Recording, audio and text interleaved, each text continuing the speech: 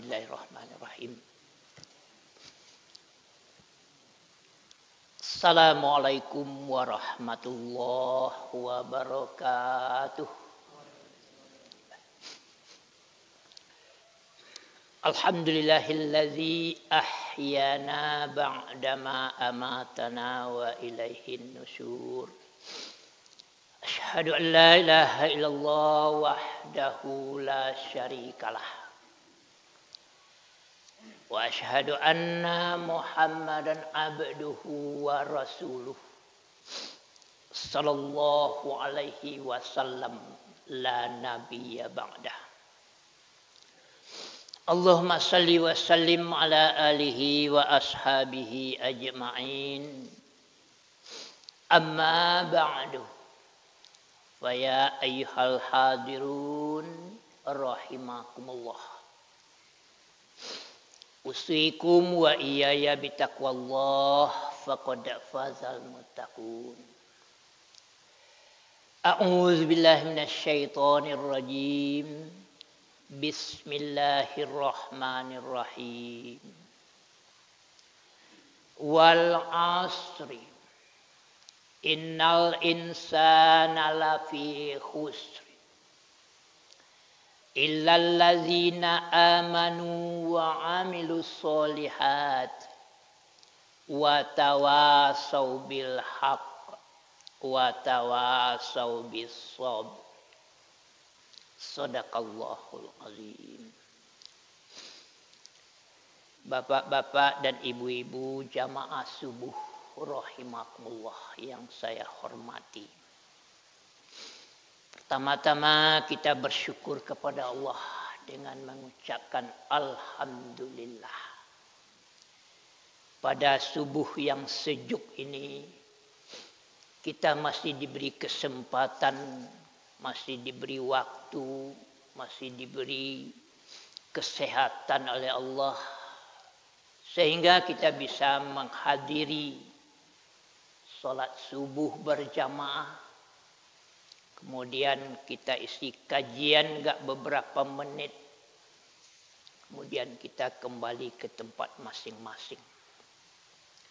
Rangkaian-rangkaian ibadah kita pada subuh hari ini semoga Allah akan menerima sebagai suatu bentuk amal ibadah yang makbul di sisi Allah Subhanahu wa taala.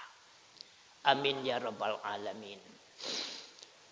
Selanjutnya kita berselawat kepada Nabi kita, Allahumma shalli ala Muhammad wa ala ali Muhammad. Semoga Allah sampaikan untuk Nabi kita Nabi Muhammad sallallahu alaihi wasallam. Bapak dan ibu-ibu, untuk kajian kita pada subuh hari ini surat Al-Asri. Surat ini terdiri dari 3 ayat. Di dalam beberapa kajian tafsir saya baca, surat Al-Asri ini termasuk surat yang pendek. Mungkin bagi kita semua sudah hafal dan sering kita baca di dalam solat. Di dalam surat Al-Asri ini terdapat pelajaran yang cukup besar. Pelajaran yang cukup banyak.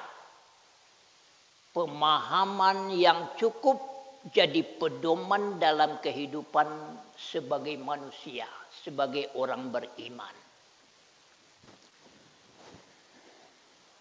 Kalaulah memahami ayat ini, surat ini, insya Allah terjamin kehidupan dunia dan akhirat.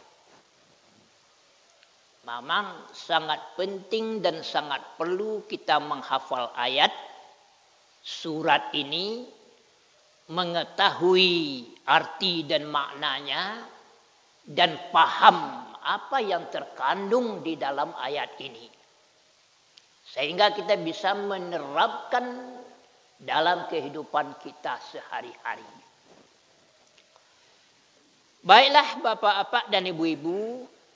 A'udzubillahi minasyaitonirrajim. Wal asri. Kalau mau nanya mungkinlah dapet dek kita. Sudah sering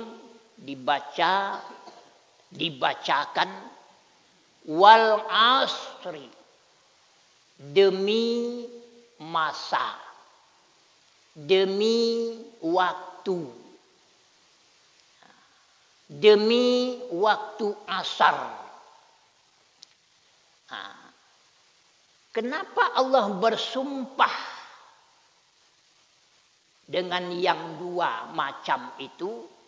Yang pertama demi masa, demi waktu. Yang kedua demi waktu asar.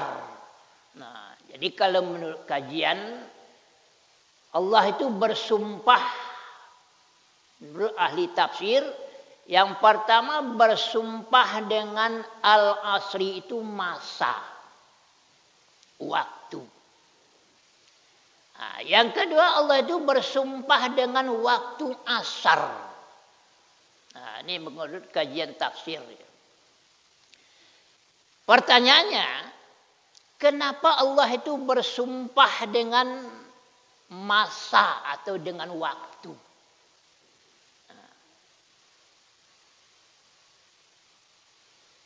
Itu butuh jawaban, butuh analisa,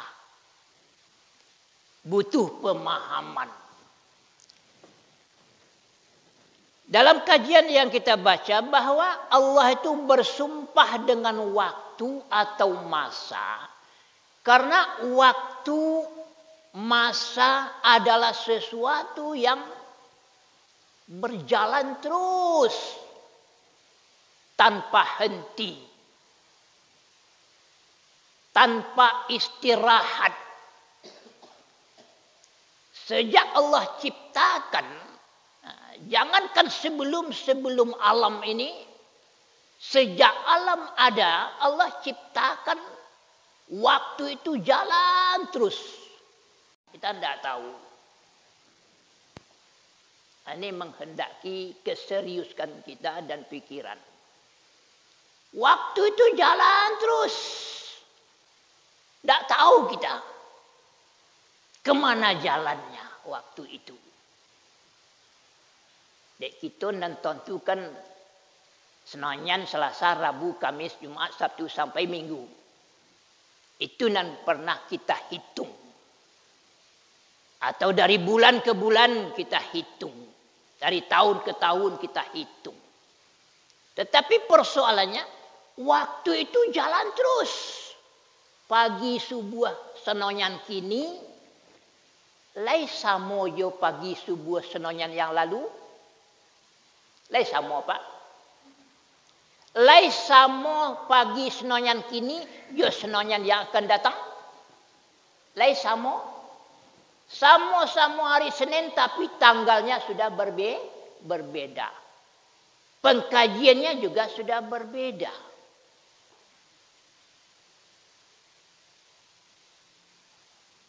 Hari Senin sekarang tanggal 13 Sabtu. Tidak sama. Dia berjalan terus waktu itu. Sambil lolo, waktu jalan terus. Sambil bermain-main, waktu jalan terus. Sambil kita duduk-duduk, waktu jalan terus. Sambil main kowa, waktu jalan terus. Sambil main domino, waktu main jalan terus. Karena itu Allah bersumpah dengan waktu. Waktu sesuatu yang jalan terus. Lolok kita, waktu jalan terus. Duduk kita, jatuh jalan terus. Kajian kita waktu jalan terus. Ambo tadi tiba siko jam 5. Inilah jam berapa pak. Waktu jalan terus. Tanpa kita sadari. Tanpa terasa. Tak terasa deh. Tak terasa. Kau tu di jalan terus. Kama apa jalannya? Wallahu a'lam. Maka Allah bersumpah dengan waktu. Nah, itu persoalan waktu. Masa yang telah dilalui tak bisa dikejar sesaat pun. Makanya waktu nalah kita lalui, waktu yang berlalu, waktu yang sangat jauh. Tak bisa diulang balik. Masa yang telah kita lalui tak bisa diulang. Contohnya, kita kalau gaik-gaik kini, bisa diulang masa muda balik. Tanya pak dalam gaik, ya. Wan-wan ambo sanak-sanak, pak ibu-ibu. Lain bisa diulang masuk kanak-kanak kita balik. Entah kok perangai kok lain. Perangai kok lain. Dia lah gaik namanya. Jadi perangai lah menjadi perangai anak-anak balik. Tapi yang masa itu tidak bisa kita ulang kembali. Kita nak gaik-gaik bisa diulang masa remaja balik ke? Pak Suar? Balik muda lah kita balik nak. Alih kembali agaknya. Takut perhatian muda balik. Itu memang ada hadis Nabi yang berbaca. Manusia ko kecil Nabi dalam hadis kitab Lu'lu' wal Marjan, manusia ko makin tua, ada dua na makin muda dinya. Yang pertama, cinta harta. Mungkin tak sodo manusia, tapi Nabi ngecek seperti itu. Manusia makin bertambah umur, makin tuanya, ada dua na muda dinya. Yang pertama, cinta harta, tomak. Makin tua ada orang yang makin tomak. Makin tua ada orang yang makin cekai. Makin tua ada orang yang makin cinta kepada harta. Tidak saudara Pak Ibu. Yang kedua, nan muda di orang tua itu adalah angan-angan. Nah, angan-angan. Angan-angan tu anak cucu, angan-angan tu keduniaan. Banyak pengoneng. Itu banyak pengoneng. Mestinya makin tua, makin dekat kepada Allah. Itu mestinya. Makin tua, makin dokek ke Allah. Karena awakku makin tua, makin dokek ke pintu kubur. Makin tua, makin dokek ke ajal. Makin tua, makin dokek ke pintu kematian. Tetapi kenyataan manusia makin tua, ada banyak yang makin cinta harta, makin tomak, makin loba, dan panjang angan-angan. Kita kembali. Yang kedua, Allah itu bersumpah dengan Al-Asri itu demi waktu asar. Yang pertama demi masa. Masa itu tidak bisa kita ulang dan dia jalan terus. Yang kedua waktu asar. Kenapa Allah itu bersumpah dengan waktu asar? Karena waktu asar itu kebanyakan manusia lalai dengan solat asar. Dek serba tanggung. Kok tiba di Polak, tiba di sawah, tiba di kodai, tiba di mama, serba tanggung. Kalau iman tak kuat, maka pasti salat asar itu seindah-indah terlambat. Ikan keluar hari setengah umpik, lulai. Cuba, ayo paling kurang banyak dan terlambat salat asar itu. Jadi kita mesti hati-hati dengan masa yang diberikan oleh Allah kepada kita itu kesempatan.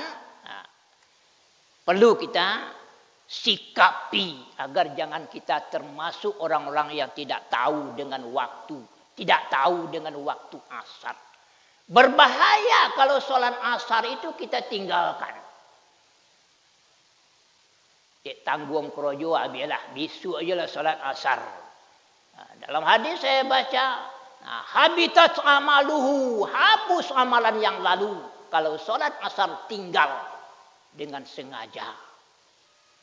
Jadi kita perlu menjaga ekstra hati-hati solat asar itu. Tangguang ke tangguang tidak ada cerita. Yang perlu kita tinggalkan karajo kita solat asar. Selesai solat asar karajo awak balik. InsyaAllah bapak ibu-ibu dapat memahami dan dapat melaksanakan. Kemudian ayat yang kedua, kenapa Allah kaitkan masa asar dengan manusia? Sebab manusia itulah makhluk yang diciptakan oleh Allah untuk khalifah di muka bumi. Dia perlu mengetahui masa dan waktu. Orang lu paham dengan masa dan waktu. Kalau kita kaitkan dengan diri kita, masa yang kita lalui, masa dalam kandungan, masa bayi, masa kanak-kanak, masa remaja, masa dewasa, masa tua. Kalau kita manusia memahami kondisi seperti itu, maka insya Allah kita tidak akan termasuk orang yang rugi. Masa bayi, masa kanak-kanak, masa remaja, masa dewasa, masa tua. Kini di mana letak kita? Itu ukur kita. Kita seorang-seorang mau kuat. Kalaulah dia tiap 60 mu, dia tiap 40, dia tiap 50. Itulah mesti kita tahu diri. Nambedo umur lah tua. Awak lah gaek. Tak je tahu diri. Innal insana lafi khus. Manusia seperti itu rugi kata Allah. Timbul penyesalan. Kok dapat kita jangan sampai termasuk orang yang menyesal. Baik di dunia maupun di akhirat. Kalau orang sadar dengan waktu. Ketika muda yang bisa dilakukan. Ketika dewasa yang bisa dilakukan. Ketika tua yang bisa dilakukan. Kita harus tahu diri. Kalau tidak rugi. Maka Allah kaitkan masa itu dengan kita manusia. Dia kita. Kebanyakan kita sebahagian baleha-leha je duit di dunia ni. Mencari duit baleha-leha bulo. Beribadah baleha-leha bulo. Kerja santai ke ponjang aja. Itu orang yang tidak tahu dan akhirat. Tidak pandai menggunakan waktu. Tidak pandai mengisi masa. Dalam hadis ambo baca 7 golongan yang dinaungi oleh Allah di akhirat itu. Salah satunya adalah syababun nasya'a ibadati rabbihi. Pemuda-pemudi yang taat ibadah kepada Allah. Nanti di akhirat diistimewakan oleh Allah. Dengan naungan. Dengan tenda khusus. Pemuda-pemudi yang taat ibadah. Dinaungi oleh Allah nanti. Di hari padang mahsyar. Pada waktu itu naungan tidak ada. Jadi diistimewakan pak ibu-ibu. Kalau kita nak gaik-gaik, kalau rajin ke masjid lah wajar. Kalau dunia ke masjid ni lah gaib. Wallahu a'lam. Tapi yang diistimewakan pemuda-pemudi yang taat ibadah nanti di akhirat dinaungi oleh Allah, di mana pada waktu itu tidak ada naungan kecuali naungan yang disediakan oleh Allah. Di mana le mudu-mudu rajinlah, tekunlah beribadah supaya dapat keistimewaan Allah. Bapak dan ibu-ibu, yang tidak akan merugi, nalai tidak akan rugi, dijelaskan oleh Allah. Illal ladzina amanu. Orang-orang yang beriman. Iman itu adalah poin pertama. Iman poin pertama agar kita tidak termasuk orang yang rugi. Bicara tentang masalah iman bapak-bapak dan ibu-ibu. Masa Nabi, persoalan akidah keimanan inilah yang dimantapkan oleh Rasulullah terhadap orang-orang Quraisy pada awal pertama kali. Dalam sejarah dikatakan bahwa pembinaan iman yang dilakukan oleh Nabi Muhammad sallallahu alaihi wasallam periode Mekah itu 13 tahun mengkaji iman aja ya, Ibu. Mengkaji syahadat aja. Mengkaji kul huwallahu ahad, Allahus samad, lam yalid walam yulad walam yakul lahu kufuwan ahad. Asyhadu an la ilaha illallah wa asyhadu anna Muhammadar Rasulullah. Kita lah apa? Apa dia gitu itunya. Tetapi apa itu tu tidak masuk ke sini ada. Apa buktinya syahadat itu? Kalau masa Nabi, masa Rasulullah, bukti syahadat itu basandang podang pai parang menghadapi orang kafir. Harapan mati syahid, masuk surga. Ini kalau keberjuang kitunya Pak ibu-ibu. Kita. Mereka pada waktu kena kuat imannya, tidak segan-segan memberikan seluruh harta untuk fisabilillah. Abu Bakar, ya Rasulullah, ini harta saya semua, ladang kebun kurma, saya serahkan untuk fisabilillah. Kata Nabi, jangan semuanya. Jangan semuanya. Kata Umar bin Khattab, ini harta saya ya Rasulullah, 1/2 saya serahkan untuk fisabilillah. Kenapa bisa terjadi seperti itu? Karena faktor akidah dan keimanan. Bagi amua mengambil pedang, pai parang melawan orang kafir, mempertahankan Islam karena iman dan akidahnya kokoh dan kuat. Tak bayang-bayang denyo rahmat Allah itu. Nikmat Allah itu di surga. Nikmat Allah itu di hari akhirat. Kok kita ambu apa ibu? Ulun manga-manga keimanan kita oleh apa ibu? Perjuangan kita untuk Islam itu masih jauh dari yang diharapkan. Apa fungsi iman itu dalam hidup kita sebagai orang beriman? Yang pertama, iman itu mendorong kita itu untuk menjalankan syariat Islam. Motivator dalam diri awak supaya awak menjalankan syariat Islam itu dorongan dari dalam diri. Dia apa Pak ibu-ibu? Omo jago lolo, berwudu, pergi ke masjid.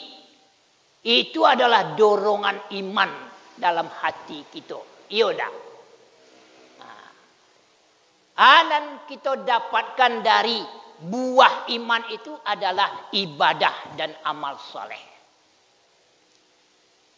Jadi ada orang mengecek nambo beriman, tapi ibadahnya tidak ada.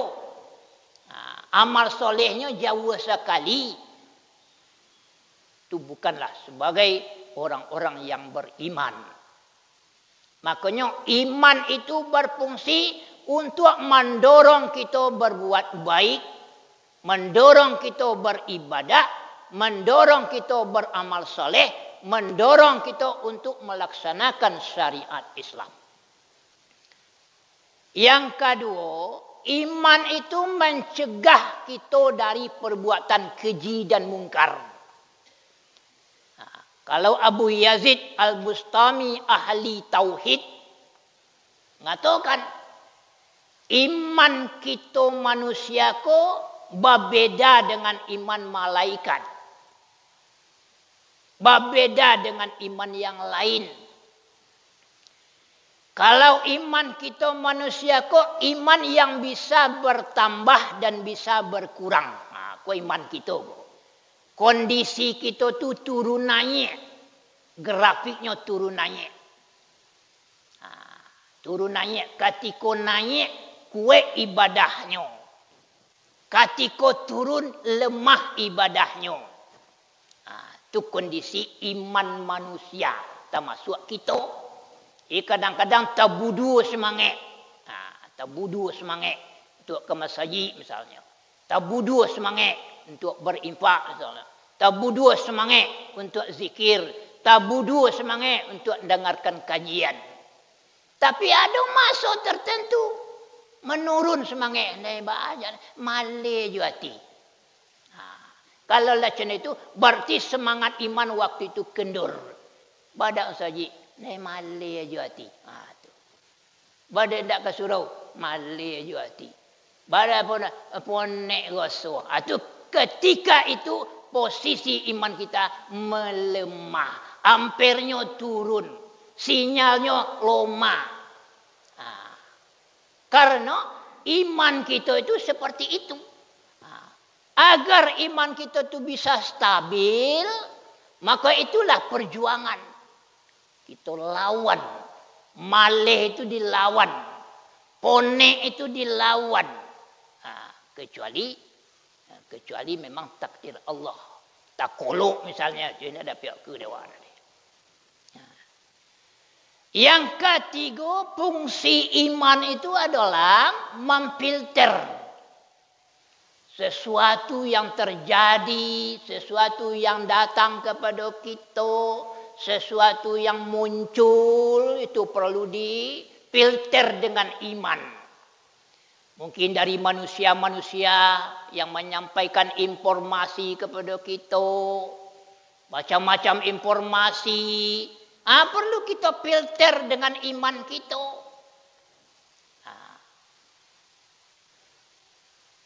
Ambo membaca, ambo mendongeng.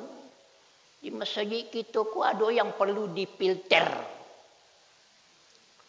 Ana perlu difilter. Salah satu kodoknya kajian di masjid raya.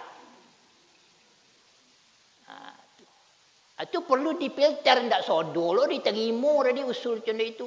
Masjid kau memang berkunci untuk kajian ilmiah agama. Kalau sekadar untuk solat jamaahnya sudah solat itu balik. Bila ilmu kita ke bertambah. Di Mekah, di Madinah itu, khusus di Madinah, bapak ibu, tiap maghrib isya itu tetap kajian tiap malam. Di masjid-masjid lain juga tiap malam kajian itu. Saya subuh kemarin di Masjid Sungayang. Badai kami ni otok si korangnya, Mbak. Mbak tanya ke petugasnya. Oh, ada kajian, Pak. Tiap hari Minggu pagi. Kami otok banyak onda. Saya ustaznya, Mbak. Al-Maududi dari Paikumbuan. Ramai. Pengurus dia menyediakan snack. Mau singgah situ, Dia ada cara ke Bukit Tinggi. Jadi masjid ini perlu kita isi dengan kajian-kajian ilmu agama. Selesai solat, kajian. Ada lagi yang perlu kita filter. Solatnya kok pakai mic. Tak gaduh orang sebelah adanya. Dalam kajian yang membaca di tafsir surat Al-Isra, ibu-ibu apa-apa ya. Boleh kita melunakkan suara itu kalau ada tetangga-tetangga yang Yahudi. Itu masuk di Mekah itu. Jadi orang Yahudi pun tak senang dah mendengar ayat-ayat Allah. Kokak telinga. Sakit hati. Kalau ayat Allah itu dibaca dengan suara yang lantang. Itu Yahudi. Tapi kita woso-woso tak ada Yahudi di negeri awak ada. Itu perlu difilter ya, difilter. Sesuai tak dengan kaidah Islamiah, dengan iman. Kalau begitu untuk apa tower yang tinggi itu kita buat kalau tidak untuk mengagungkan Allah. Untuk membesarkan Allah. Bapak-bapak dan ibu-ibu. Jadi kita beragama itu jangan menurut selera awak. Tapi menurut Al-Quran dan hadis Nabi. Kita pelajari itu. Insya Allah saya selalu membaca bapak-bapak dan ibu-ibu. Tidak cukup waktu bagi kita untuk hidup ini membaca ilmu.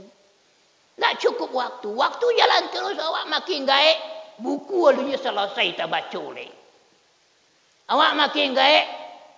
Kitab alunya selesai tak baca oleh. Kalau ada orang kek berguru dia ambil terjemahan ya ambil berguru kayaknya. Tapi guru ambil kini kitab dia juga pak dan ibu-ibu.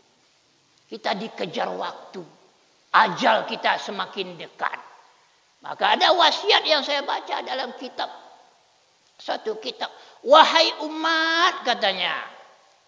Wahai umat, belajarlah, dekatilah ulama, dekatilah ulama, dekati ulama. Karena ilmu akan hilang dengan kematian ulama. Bapak dan ibu-ibu kita kalau kira-kira ya di dalam negeri kita ya, nang kaliber ulama tu jenis amun ndak ada deh. Ambo sekadar cedera itu nak bisanya ibu-ibu. Kasih kita kebaraja kini lain tentang persoalan-persoalan akidah, persoalan-persoalan ibadah menurut sunnah Rasulullah. Alune persoalan-persoalan muamalah haroto kita ke apa dalam kajian Islam. Jadi banyak ilmu yang mesti kita pelajari supaya iman kita itu bisa berfungsi sebagai filter. Jadi tak sodo usul segala macam yang kita terima apa-apa ibu-ibu. Kita perlu menyaring dengan ilmu, iman, Al-Quran dan Sunnah. Ya, nah tidak kerugi orang beriman tadi yang berfungsi imannya. Bermanfaat imannya. Berguna imannya. Nah. Kemudian iman itu tidak sekedar iman tetapi wa amilus solihat. Amal soleh. Keraju sehari-hari itu kerja dan elok aja sedonya. Tidak ada yang merugikan orang. Tidak ada menzalimi orang. Dia cinta kepada Allah. Cinta kepada akhirat. Kalau dunia aku salamu abona awak miliki, awak nikmati sebentar dan sementara. Lah berabonnya orang nak kita solat ni siko apa-apa ibu-ibu. Kita solat siko kita jeng Tanjung. Onteng ke kubu, onteng ke lahat, ana di bawahnya. Dak ada cik. Ada orang mati dekat ambo tak apa ibu. Ketika duitnya gila kau bawa je ni. Jadi ketikanya mati yang tanya kat kabur, bau. Datuk Allah mati dan untuk je nyonya. Untuk aja kabur dia Pak Ibu. Tak peduli dengan datuk Allah mati. Ketika duit babi hari dia kabur. Lah mati kabur tak peduli. Adalah mati yang bertanya lah nyawa sawah. Wah, tuanglah mati. Kecik sawah untuk sawah ku apa ibu. Tak peduli sawah tu dek. Ketika duit, mabuk dek sawah. Ketikanya mati, lay peduli sawah. Bapak dan ibu-ibu. Kalau kita memahami sungguh-sungguh. Rasa-rasanya amal soleh ibadahku sangat perlu dek kita. Nan ketiga, berwasiat dengan benar. Supaya tuntas kajian kita surek ko. Berwasiat dengan benar. Nasihat menasihati tentang kebenaran. Al-haqqu mir rabbik. Yang benar itu dari Tuhanmu. Yaitu agama. Syariat. Kita memberikan nasihat kepada anak cucu kita. Siapapun yang bisa kita berikan nasihat. Bukan agamaku untuk awak seorang hendak. Tapi untuk keluarga, untuk anak cucu, untuk orang sekitar. Yang terakhir, hendak merugi itu adalah orang yang sabar. Sabar ko yo perlu ko bapak ibu-ibu. Kalau hendak sabar hendak jadi. Bapak ibu-ibu kalau hendak sabar hendak ke masjid. Kalau hendak sabar hendak bisa duduk di masjid dah. Banyak kerjaan lain. Kalau hendak sabar hendak bisa dengan pengajian, banyak urusan lain. Kalau hendak sabar hendak bisa tekun beribadah. Kalau hendak sabar pasti kita buat maksiat, kemungkaran. Banyak orang yang mengajak kita buat maksiat dan kemungkaran. Kalau hendak sabar kita menghadapi musibah, pasti kita mau pek kepada Allah. Sabar dalam menghadapi musibah. Dan kompet sabar dalam pergaulan. Kalau tidak sabar kita bergaul je manusia banyak. Banyak musuh dia pak dan ibu. Makanya dalam pergaulan kita kau perlu kesabaran. Perangai manusia macam-macam. Watak manusia berbeza-beza. Pikirannya berlain-lain. Bangunannya tidak sama. Karakternya pun juga seperti itu. Maka menghadapi manusia yang banyak kau sesuaikanlah kondisi yang kita hadapi dengan manusia itu. Nah, kalau tidak sabar Pak ibu-ibu, banyak lawan kita deh. Nah, apa ibu, menantu, anak, cucu, tetangga, siapa saja kalau tidak sabar kita pasti bertingkah keponjang aja awaknya ibu-ibu. Makanya kesabaran itu sangat penting. Mulai dari pribadi, rumah tangga, keluarga, masyarakat. Dimanapun kita berada perlu kesabaran dengan menghadapi manusia yang bermacam-macam seperti itu. Bapak dan ibu-ibu, itu kira-kira kajian kita. Surat Al-Asri ayat 1-3. Semoga kita selalu menyiapkan diri untuk mengisi waktu dengan amal ibadah, amal soleh, supaya kita tidak termasuk orang-orang yang dipandang rugi oleh Allah Subhanahu wa taala.